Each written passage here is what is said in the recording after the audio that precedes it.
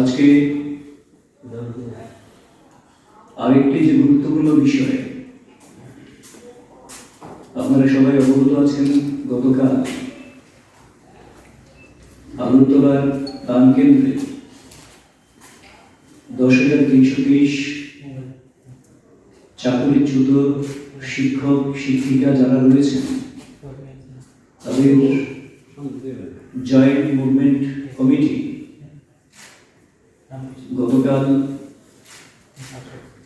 একটি কর্মসূচি গ্রহণ করে আসলে সারাদিন আপনারা যারা মিডিয়া বন্ধুরা রয়েছেন আপনাদের বিভিন্ন ফুটেজ থেকে এবং আমরা যারা জিরো গ্রাউন্ডের কাছাকাছি অবজারভেশনে ছিলাম,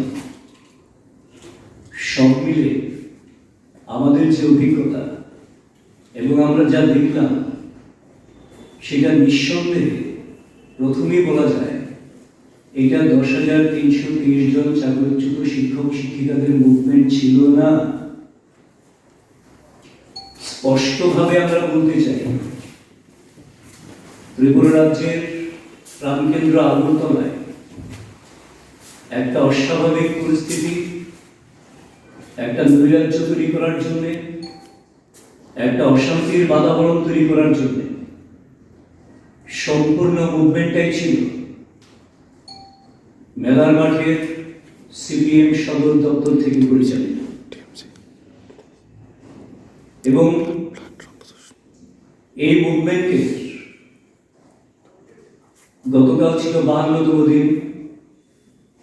51 দিন ধরে যে শান্তিপূর্ণ মুভমেন্ট চলছিল সেইখানে প্রশাসনের কোনো প্রতিবন্ধকতা সৃষ্টি করার প্রয়োজন হয়নি, প্রশাসনের কোনো রকম ইন্টারফিয়ারেন্সের প্রয়োজন হয়নি, বরং প্রশাসন এই গণতান্ত্রিক আন্দোলন যে কোনো দল যে কোনো গোষ্ঠী গণতান্ত্রিক উপায়ে শান্তিপূর্ণভাবে করবে সেটাতে রাজ্য সরকারও বিশ্বাসী এবং প্রশাসন সেইভাবেই কোনো রকম ইন্টারফিয়ারেন্স করেনি।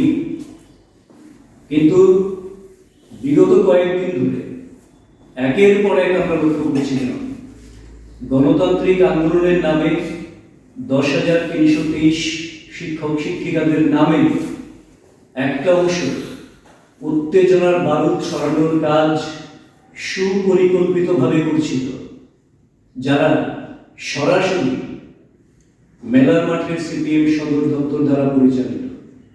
আমরা দেখলাম রাজ্যে একটা অরাজক পরিস্থিতি তৈরি করার জন্য, নৈরাজ্য তৈরি করার জন্য সিপিএম যেভাবে মানুষকে বিপথে পরিচালিত করে, বিভ্রান্তি ছড়ায়, সেই কৌশল নিয়ে ওনারা এই 10,323-এর একটা অংশকে বিভ্রান্ত করতে সক্ষম হয়েছে এবং তাদের উস্কানিতে, তাদের পাতা ফাঁদে কেউ কেউ পা দিয়েছেন প্রাথমিকভাবে, যার ফলে এই 10,323-এর একটা ছোট্ট অংশ দল অবস্থান মঞ্চে যারা ছিলেন তারা একটা ছোট্ট অংশ তাদের সিপিএম এর উস্কানিতে প্রাথমিকভাবে শান্তিপূর্ণ গণ অবস্থান হলেও তারপর আমরা দেখেছি একের পর এক বিভিন্ন দপ্তরে, শিক্ষা দপ্তর বলুন কিংবা অন্যান্য দপ্তরে গিয়ে হামলা, হুজ্জুতি ইত্যাদি কাজে জড়িয়ে পড়েছেন। আমরা বিশ্বাস করি না যে 10,323-এর যারা প্রায় 10 বছর শিক্ষকতা করেছেন তারা এই ধরনের হামলা হুজ্জুতিতে জড়িত থাকতে পারেন। আমরা বিশ্বাস করি না। যদি তারা শিক্ষক শিক্ষিকা হয়ে থাকেন, আমরা বিশ্বাস করি এই শিক্ষক শিক্ষিকাদের একটা ছোট্ট অংশকে সামনে রেখে সম্পূর্ণভাবে সমাজদ্রোহী সিপিএম এর ক্যাডার বাহিনীকে লেলিয়ে দিয়ে তাদের মাধ্যমে রাজ্যটাকে এবং রাজধানীকে অশান্ত পরিবেশে রূপান্তরিত করার জন্য একটা ভিন্ন ষড়যন্ত্র রচিত হয়েছিল মেলার মাঠের সিপিএম সদর দপ্তর থেকে। গতকাল ছিলাম সিপিএম এর রাজ্য সম্পাদক গৌতম দাস, উনি আবার অনুষ্ঠানে দিয়ে বলছেন যে রাজ্য সরকার যে 10,323-কে বলছেন ইন্টারভিউ দেওয়ার জন্য, ইন্টারভিউ দিলে যে তারা চাকরি পাবে তার কি গ্যারান্টি আছে? গৌতম বাবু এই প্রশ্ন করেছেন। গৌতম বাবুকে আমি জিজ্ঞেস করতে চাই, আপনি কি করে জানেন যে যারা ইন্টারভিউ দেবেন তারা কেউ চাকরি পাওয়ার যোগ্য নন? এই কথাটি বলে আপনি তাদের যোগ্যতা সম্পর্কে প্রশ্ন চিহ্ন সেঁটে দিয়েছেন এবং এই প্রশ্ন চিহ্ন সেঁটে দিয়ে 10,300 শিক্ষক শিক্ষিকাদের যোগ্যতাকে আপনি অপমান করেছেন। তার জন্য আপনার ক্ষমা চাওয়া উচিত এবং সেই সঙ্গে আবারও তাদেরকে বিভ্রান্তি করার জন্য দুটো বিষয়কে সামনে আনা হচ্ছে বারবার। এক বলছেন মহামান্য সুপ্রিম কোর্ট যে ভার্ডিক্ট দিয়েছেন তার 127 নম্বর প্যারার কথা বলা হচ্ছে বারবার, যে ওখানে নাকি বলা হয়েছে রাজ্য সরকার ইচ্ছে করলে তাদেরকে চাকরি দিতে পারেন।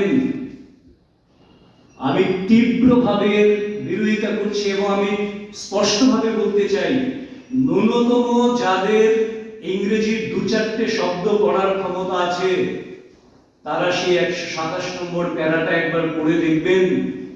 কোথাও এই কথা বলা নেই। বলা হয়েছে 127 নম্বর প্যারাতে যে রাজ্য সরকার যদি কোনো রকম ভাবে নতুন নিয়োগ কোনো পদ্ধতি তৈরি করে, যেখানে নিয়োগ অলরেডি কমপ্লিট হয়ে গেছে, অ্যাপয়েন্টমেন্ট দেয়া হয়ে গেছে, সেই জায়গায় তাদের কোনো অবজারভেশন থাকবে না।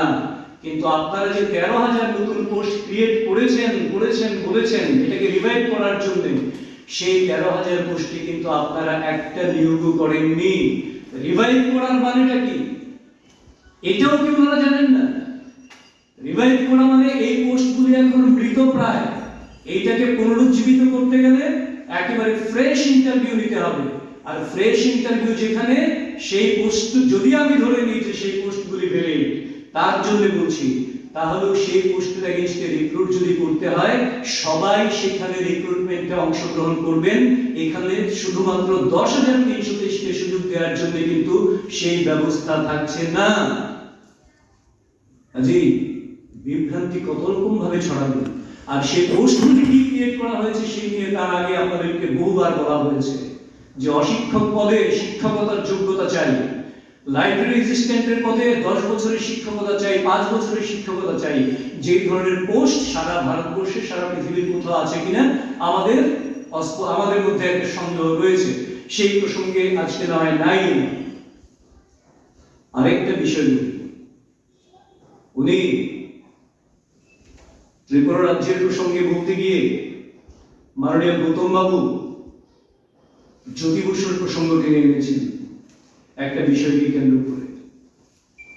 ওনাকে শুধু মনে করিয়ে দিতে চাই, 1995 সালের 17 এপ্রিল ত্রিপুরার প্রাক্তন মুখ্যমন্ত্রী নৃপেন চক্রবর্তী সিপিএম সম্পর্কে বলেছিলেন ত্রিপুরায় জীবন ও বিচারের অধিকার লুণ্ঠিত।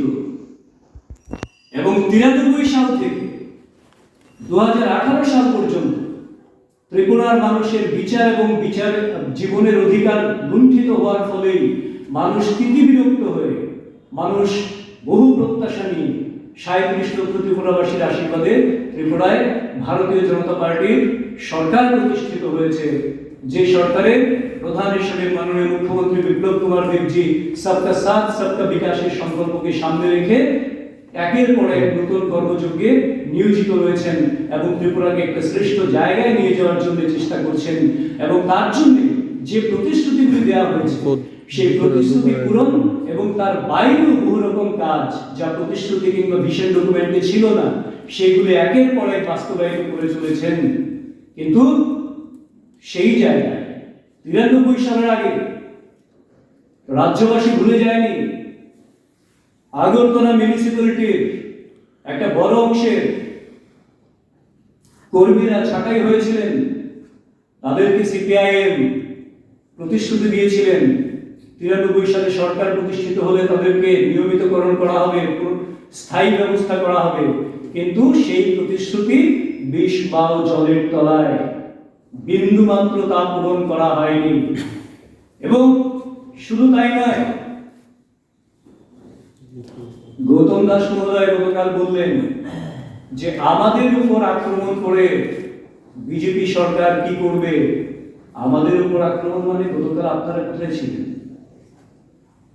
আপনাদের উপর গতকালকের ঘটনায় সিপিএম এর উপর আক্রমণ কি করে হলো, এই কথাই তো প্রমাণ করে যে এই মুভমেন্ট সম্পূর্ণভাবে লালবাড়ির থেকে সিপিএম এর সদর দপ্তর থেকে নিয়ন্ত্রিত মুভমেন্ট ছিল, পরিকল্পিত মুভমেন্ট ছিল। শুধু 10,323-এর কয়েকজনকে সামনের সারিতে রেখে পেছন থেকে সমস্ত সমাজদ্রোহীরা এই মুভমেন্টে অংশগ্রহণ করেছিল সিপিএম এর ষড়যন্ত্রের পরিকল্পনার একটা অংশ হিসেবে। এবং যার জন্য আমরা দেখেছি শিক্ষক শিক্ষিকারা যা করতে পারেন না সেই ধরনের ঘটনাগুলি গতকাল কিন্তু সংঘটিত হয়েছে। একজন কেউ অসুস্থ হয়েছেন, সেই বাহানায় তাকে হাসপাতাল নিয়ে যাওয়ার বাহানায় ওনারা ছুটে গেছেন সদল বলে সেই প্যারাডাইস চৌমুহনী থেকে মুভমেন্ট সেই আইজিএম চৌমুহনী পর্যন্ত পৌঁছে গেছে মুহূর্তের মধ্যে। পুলিশের উপর ইটপাটকেল ছোড়া, পুলিশের উপর প্রহার করা, পুলিশের সামরিক বাহিনী, আধা সামরিক বাহিনীর, সুরক্ষা বাহিনীর বন্দুক ছিনিয়ে নেওয়ার চেষ্টা করা, আসলে কি এগুলি গণতান্ত্রিক আন্দোলন? আসলে চাইছিলেন যে পুলিশের সঙ্গে ধস্তাধস্তি করে বন্দুক ছিনিয়ে নিয়ে কোনোভাবে যদি আরেকটা যদি সেই যেভাবে সিপিএম সরকার পাপাই সাহা হত্যা করেছিলেন সেই ধরনের একটা লাশ খুঁজছিলেন কালকে, যার জন্য কিন্তু পুলিশের বন্দুক ট্রিগার পর্যন্ত সেই সমাজদ্রোহী সিপিএম এর যারা রয়েছেন 10,323-কে সামনে রেখে যারা এতে অংশগ্রহণ করেছিলেন তাদের মাধ্যমে লাশ খোঁজার চেষ্টায় করেছিলেন তারা।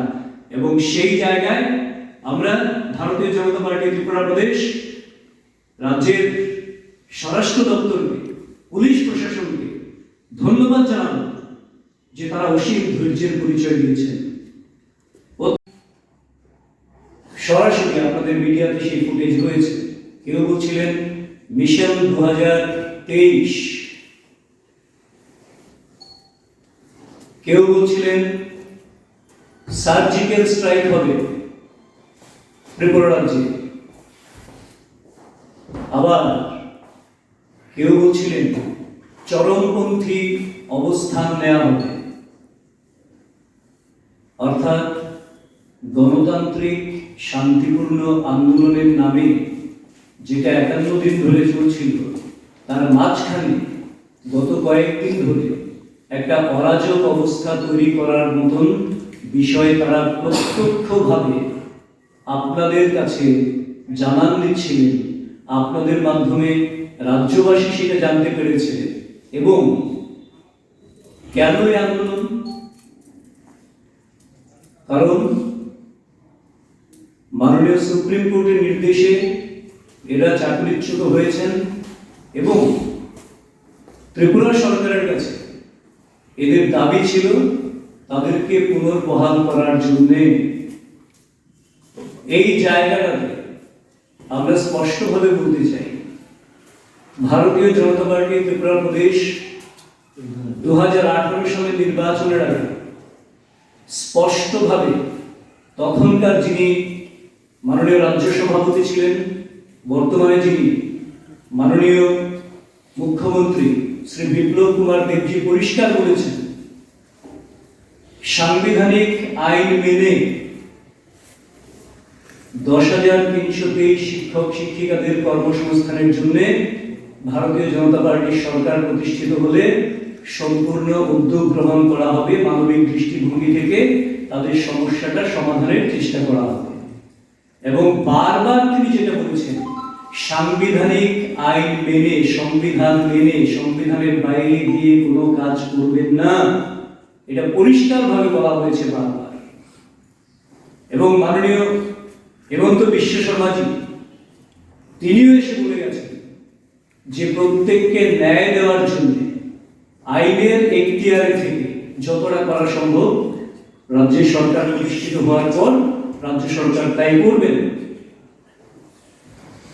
এবং সেই মোতাবেক ওনারা যখন এই দাবি নিয়ে বারবার মাননীয় শিক্ষামন্ত্রীর কাছে, এমনকি মাননীয় মুখ্যমন্ত্রীর কাছে পৌঁছেছেন, ওনাদেরকে বারবার বলা হয়েছে আইনের এখতিয়ারের বাইরে গিয়ে তাদের যে দাবি, যে যেখানে সুপ্রিম কোর্ট বলেছেন এই নিয়োগ প্রক্রিয়াটা অবৈধ ছিল, আনকনস্টিটিউশনাল ছিল, ত্রুটিপূর্ণ ছিল, যার জন্য ওনাদের চাকরিচ্যুতি ঘটেছে।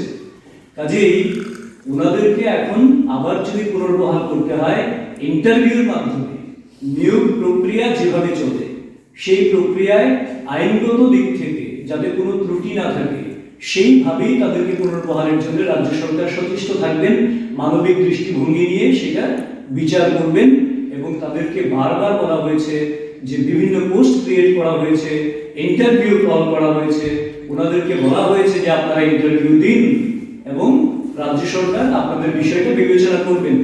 এমনকি এই প্রতিশ্রুতিও দেওয়া হয়েছে 2023 সাল পর্যন্ত এদের বয়সের ঊর্ধ্বসীমাকে বাড়ানো হয়েছে ক্যাবিনেট ডিসিশন নিয়ে।